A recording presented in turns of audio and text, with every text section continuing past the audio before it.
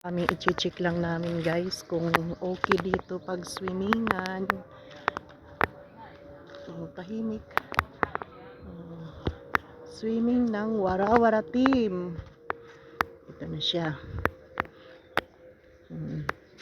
Yan, bababa na. Ayun kami ni Jackie nagtatry lang mag-check dito kasi parang maganda. Yan. Pina-guide kami ng tricycle driver.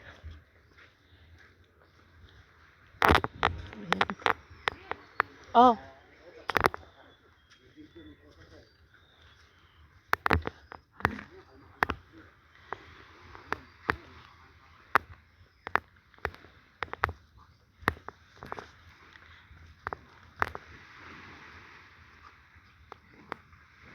Yan, tahimik talaga.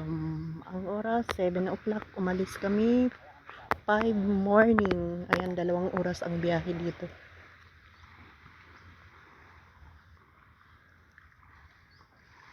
Ano, Jack? Ha? Maganda yung dalawa. Di pakita ko kay Ana ang video. Pakita mo kay Ana. Tanongin niyo kung magkano ang cottage nila para nalalaman niyo.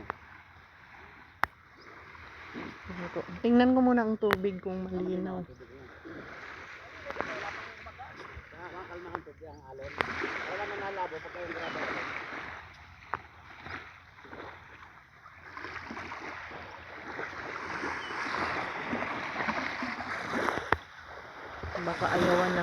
Baka ayawan ng mga kasamahan.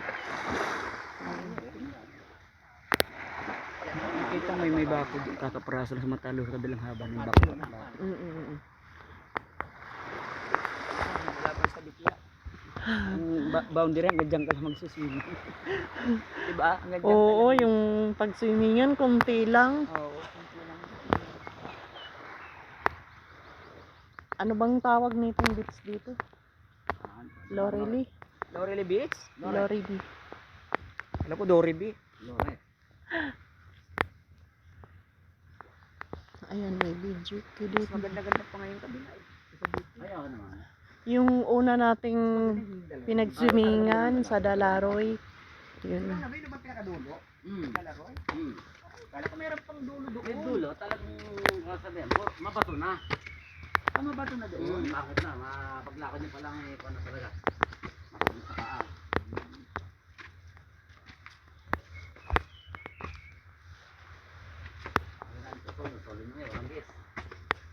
Wala talaga.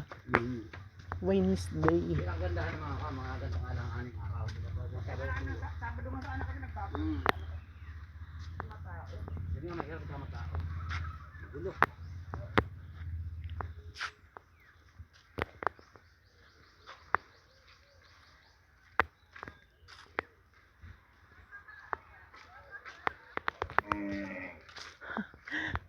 Ingay ng baka.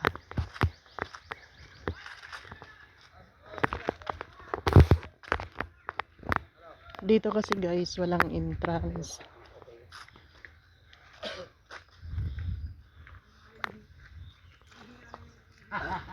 Hihingalin yung senior naming kasama. Senior pala kasama niyo, no? Oo, kawawa.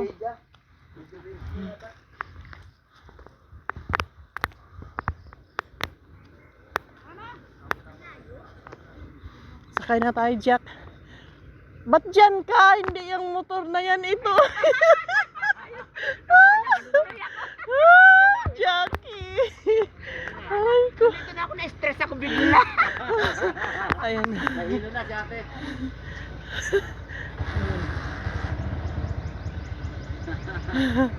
Kaloka. Nahilo na. Nahilo ako. Mas maganda yung katabi nga eh. Pero mas maganda yung Dalaroy. Maganda talaga yung dalawa doon. Ang ano nga nito, yung...